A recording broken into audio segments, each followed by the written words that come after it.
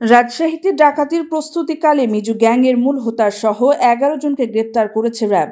মঙ্গলবার দিবাগত রাতে নগরীর চন্দিমা থানার ছোট বনগ্রাম এলাকায় অভিযান চালিয়ে তাদেরকে গ্রেপ্তার করা হয়। বুধবার র্যাব ৫-এর সদর দপ্তরে প্রেস ব্রিফিংয়ে র্যাবের অধিনায়ক মুনিম ফেরদৌস সাংবাদিকদের এ তথ্য জানান।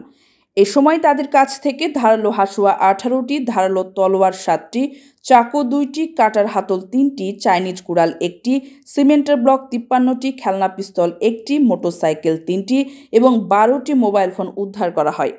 গ্রেপ্তারকৃতরা হলেন নগরের খোজাপুর এলাকার আজিমউদ্দিনের ছেলে মিজানুর রহমান, একই এলাকার মৃত মুকুলের ছেলে মোহাম্মদ বকুল, ডাশমারি পূর্বপাড়ার বাবুল হোসেনের ছেলে মোহাম্মদ ইমান, আমজাদ হোসেনের ছেলে মোহাম্মদ সাকিব, আব্দুর রাজ্জাকের ছেলে মোহাম্মদ রবিন, আসলাম আলীর ছেলে মোহাম্মদ রাব্বি, শমশের আলীর ছেলে আমান, নাসিরউদ্দিনের ছেলে বিজয়, আব্দুল খালেকের ছেলে মোহাম্মদ অনিক। তারা মতিয়া থানাধীন ধরমপুর পূর্বপাড়ার বাসিন্দা। এছাড়া চর শ্যামপুরের মোতালেবের ছেলে ইয়ামিন আলী ও চারঘাটের শিমুলিয়া এলাকার শাহজাহানের ছেলে বিপ্লব আলী। র্যাব ৫-এর অধিনায়ক মুনিম ফেরদৌস সাংবাদিকদের জানান, মিজানুর থেকে মিজু গ্যাং তারা টেলিগ্রাম ব্যবহার করে বিভিন্ন তথ্য আদান প্রদান করত। বাসাবাড়ি ও অফিসে অভিযান চালিয়ে তাদের গ্রেপ্তার করা হয়। প্রাথমিক জিজ্ঞাসাবাদে জানা যায় তারা একই কিশোর গ্যাংয়ের সদস্য।